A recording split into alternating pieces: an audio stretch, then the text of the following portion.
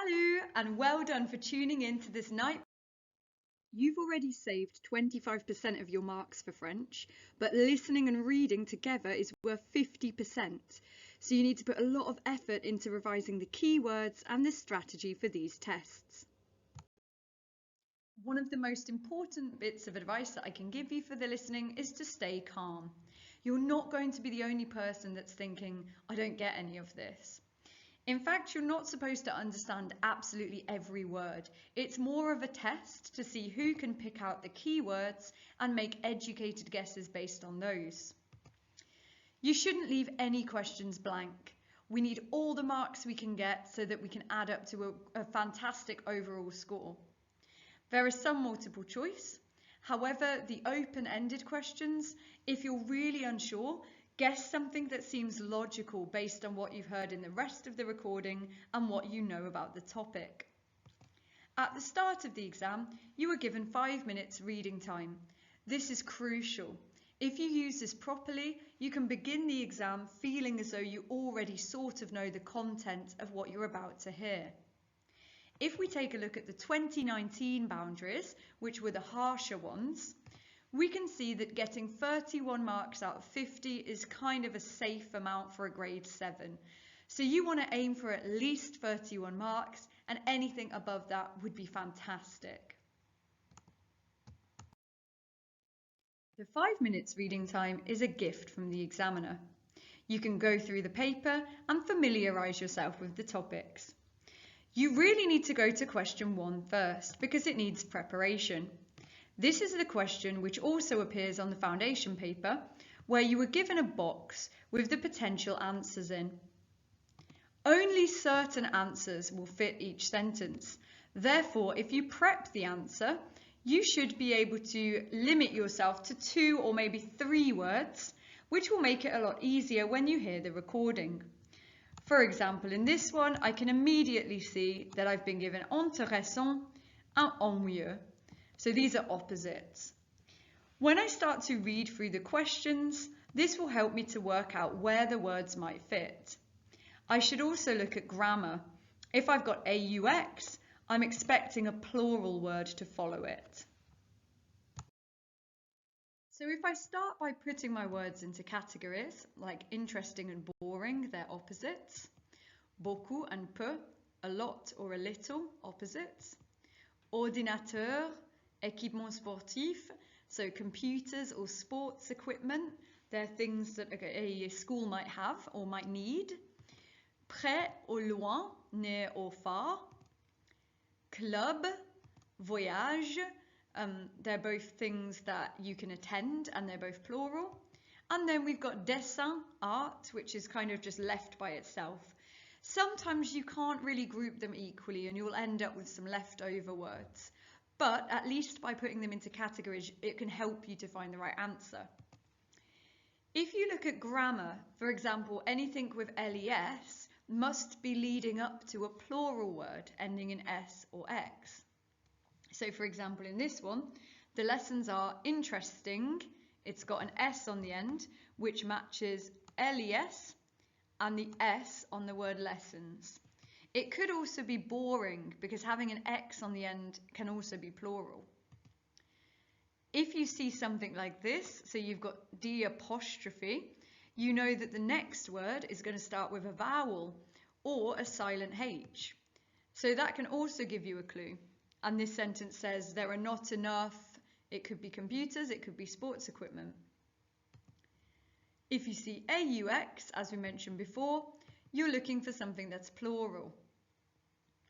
For the next one, we've got she spends, so it could be a little bit or lots of time. Remember, beaucoup is always followed by de, beaucoup de temps, lots of time. And for the last one, the only category that we haven't really used is the yellow one. And if we read the sentence, it says she lives blank from school. So she lives near to school or far from school. Now that I've done this, I have a much better chance of getting the right answer when I hear the recording because I've limited myself to 50-50 guesses. So now I just have to listen for a keyword in the recording and hopefully I will choose the right one. So let's try a different one. Remember, you can pause the video and do this one for yourself and then listen to me go through it and see if you got it right, or you can complete it along with me. So for this one straight away, I can see people. So it's sa mère, his or her mum, son frère, his or her brother, son père, his or her dad. So one of them is going to be about people. Then I've got places. So I've got cinéma, restaurant. I've got adjectives, strict, généreuse, jeune, strict or generous or young. And I've got time phrases, souvent, often, rarement, rarely. And left over, I've got some countries. So I've got la France, and you can see l'Algérie was crossed out. So they've already used this one. Sometimes if I've got a word that matches a word that's already been used, I kind of assume that that word won't come up again. So when I'm looking at the sentences, the first one I've got, in the family, they argue, they dispute. So I think it's going to be often or rarely. I think it will be a time phrase. The next one, his or her brother is the most. So surely it's something describing the brother. So young or generous or strict. But would you describe your brother as strict? Maybe. You know, we've got to see what's on the recording. Samir gets on best with. So it's got to be a person, hasn't it? Who does he get on the best with? And we might get a kind of clue depending on what they say about the brother. The dad is, could be young, couldn't it? Could be generous, could be strict. And on a Sunday, the family goes, va, il va, elle va, to the, and we can see, I mean, it doesn't really help us here because we don't have lots of options of places, but we've got AU. AU is going to be followed by a masculine place, but we only have like 2 masculine places. I guess you wouldn't put on Sunday the families go to France, because then it would say en France, not au la France. But anyway, so it could be cinema, it could be restaurant. So once again, by splitting this up, I give myself a much better chance of finding the right answer, and I make productive use of my 5 minutes reading time. If you're quick at putting question 13 into categories, something else that you can consider doing during the 5 minutes is reading the title of each question and making a short list of words which you think might come up. So for example, if the title was going to the cinema, I would be expecting to hear regarder un film de guerre, les billets. Now notice I haven't listed every single type of film like un film d'action, because they're quite easy ones. If that comes up, I'm not going to have to like dig back in my memory to remember what an action film is. I've listed the weirder words for the topic. Problems in my town. So again, I'm looking for like, what are the typical words that the examiners use that are very different to English words? You can pause and come up with your own list, or you can just continue and listen with me. So I've gone for la circulation, traffic, les déchets, litter, les SDF, homelessness, homeless people. Again, the examiners are likely to pick this kind of word because it's unusual, and they want to test to see if you've learnt the more unusual words or if your French is very basic. A music event in Lorient. Sometimes you'll see a word and you'll think, I've never heard that before in my lessons. However, if it's got a capital letter, remember it's probably the name of a place or the name of a person. So this one, look, a music event in Lorient, it's a place. So I'm thinking that I'm going to hear fête, fête, festival, celebration, fort, bouillant, loud, noisy. Les feux d'artifice, artificial fire, so we call that fireworks. School subjects, what are the weirdest ones? Le dessin, l'OPS, le devoir, something like this. My job in a zoo. So this is obviously from the jobs and future plans topic, but it's a little bit of a more unusual one to come up. Le travail, les animaux, le salaire. I imagine it's going to be something along those lines.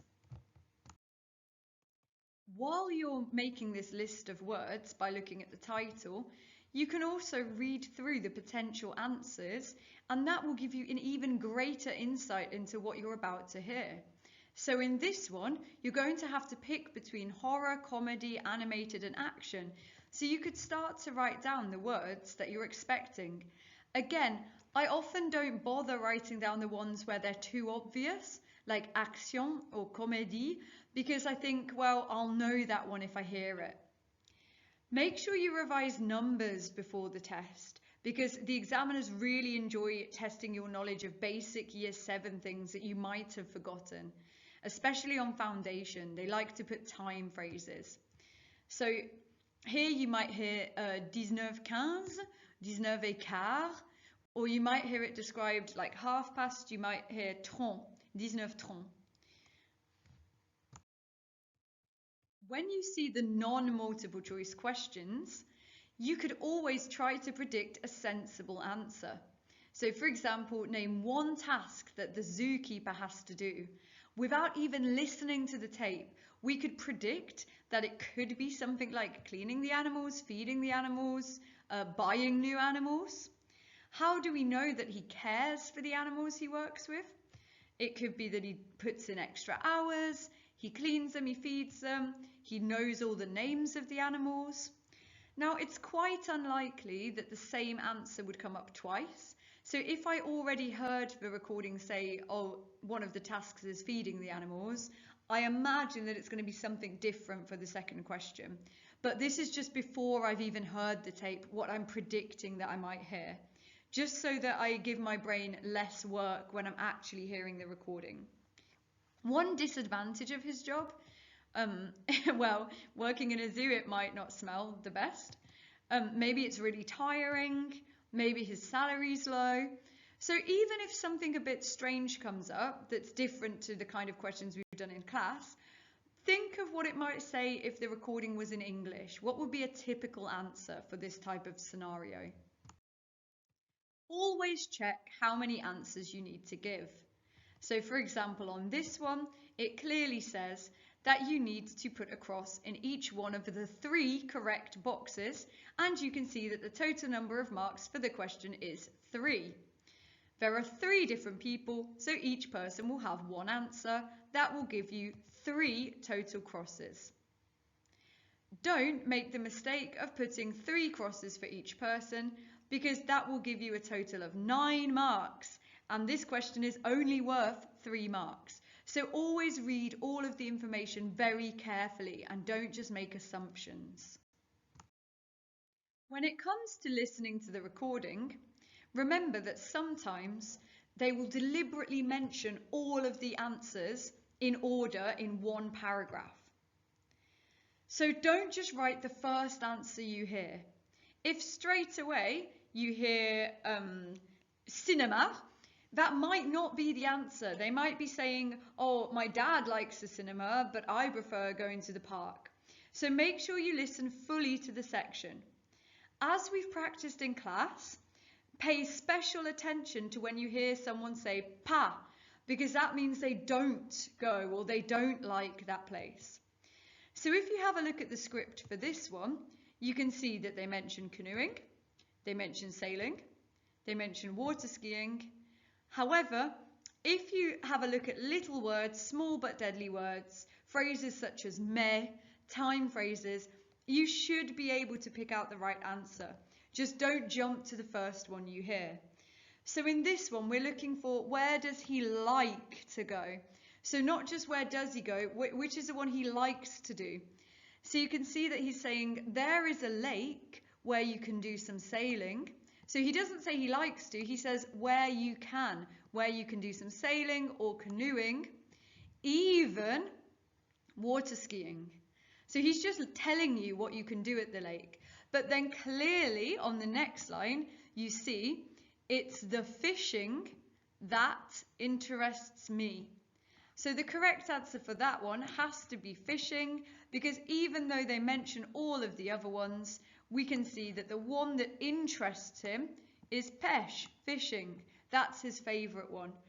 So that's the kind of trick that they're going to pull. But if you're listening carefully and if you're prepared for it, you should be able to work out the right answer. There are lots of little words in French which some students ignore while they're reading. This is very dangerous because they can actually change the whole meaning of the sentence, so you need to look out for them. That's why we call them the small but deadly words. Sometimes they are synonyms. They mean the same as each other. For example, easy and simple. Or sometimes they are antonyms. They mean the opposite, easy and difficult.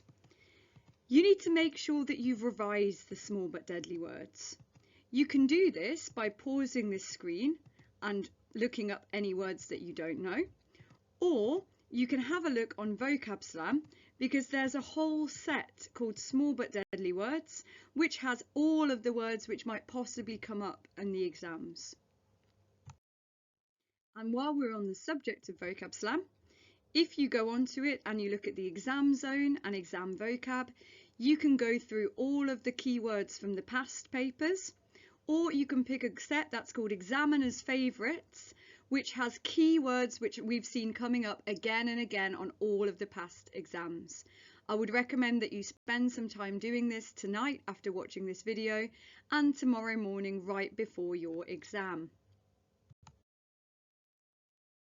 There are a few non-multiple choice questions where you need to give precise answers.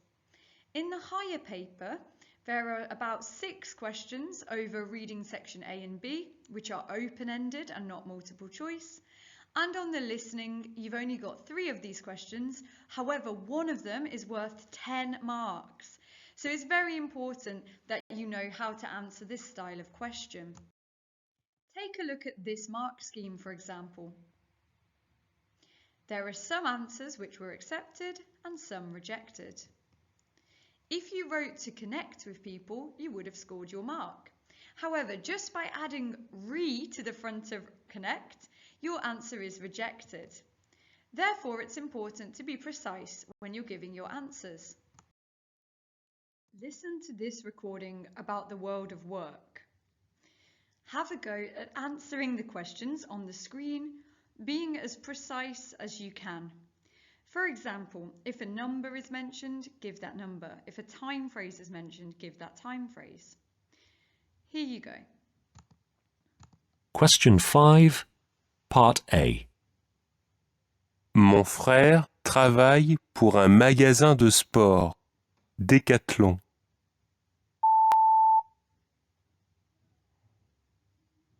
Mon frère travaille pour un magasin de sport, Decathlon.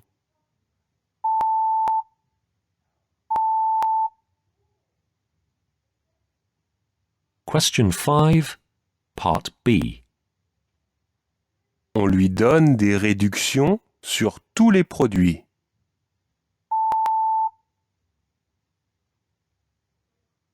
On lui donne des réductions sur tous les produits.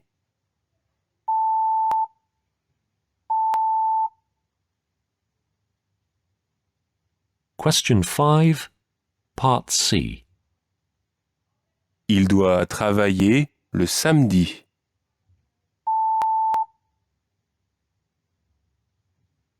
Il doit travailler le samedi.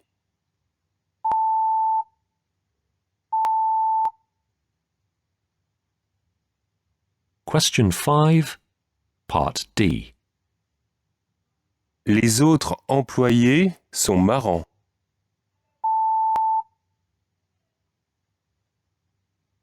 Les autres employés sont marrants.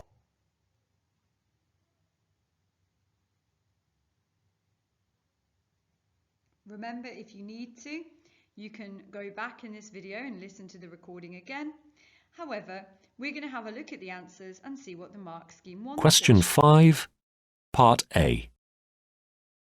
Mon frère. Question 5, Part A. Mon frère.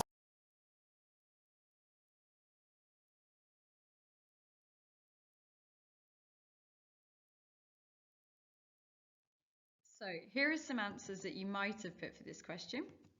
So where does the brother work? In a shopping centre. What's the advantage of working there? Everything is reduced. Why does Didier's brother dislike his job? The shop is open on Saturday. And what do you learn about other people who work there? Lots of fun. What do we think about these answers? Are they precise? Are they accurate? Do you have better answers?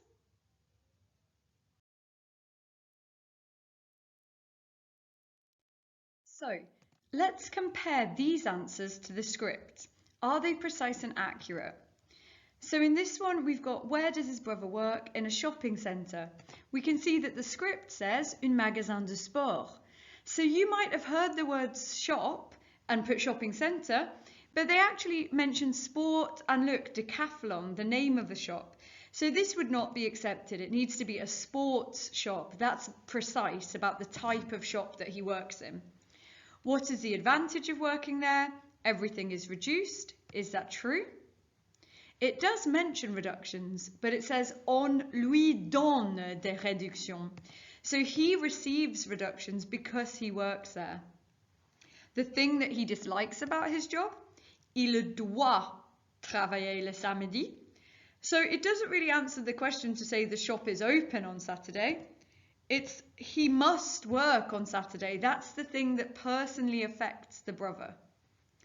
And what do you learn about the other people who work there? Marrant. So marrant is not fun, it's funny. Okay, so the other employees are very funny. So you can see how just by putting a slightly similar answer, you need to be quite precise. You need to listen for the words around the main words in order to be precise and get the most accurate answer on these questions. So let's try this other one. If you didn't have a go at the other one by yourself, you can try this one for a little bit of practice. So this one is about the French and TV, so TV viewing habits. Listen to the recording and try to make very precise and accurate notes. The French and TV.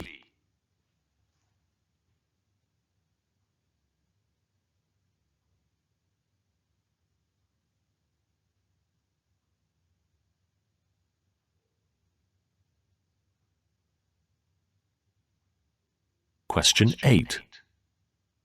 La télévision est toujours populaire et les Français regardent la télé 3 heures par jour en moyenne. Ils ont le choix entre 130 chaînes et ils choisissent de préférence des émissions américaines. Les adultes préfèrent les documentaires français, mais les jeunes regardent plus les émissions de télé-réalité comme koh.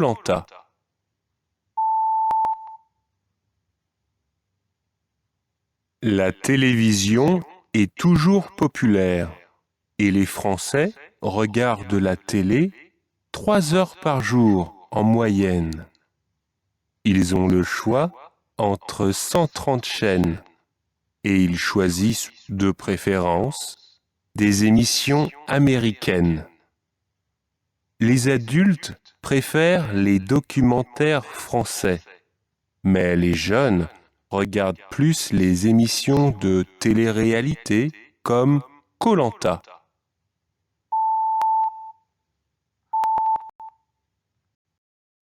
So what do you think of these answers? Are they accurate? Are they precise? 300 hours. How much TV do French people watch on average per day? Does that sound right? Overall, which programs are the most popular? American. What kind of programs do young French people prefer? American and documentaries. What do you think? So, I'm hoping that you were reading my answer thinking, that's a little bit ridiculous. How could French people watch 300 hours of TV a day? Sometimes with all the nerves of the exam, you might write something that's a little bit bizarre, but that's why I've told you, try to take some deep breaths, take it calmly, read the question, spend the 5 minutes reading time thinking about what sensible answers might be.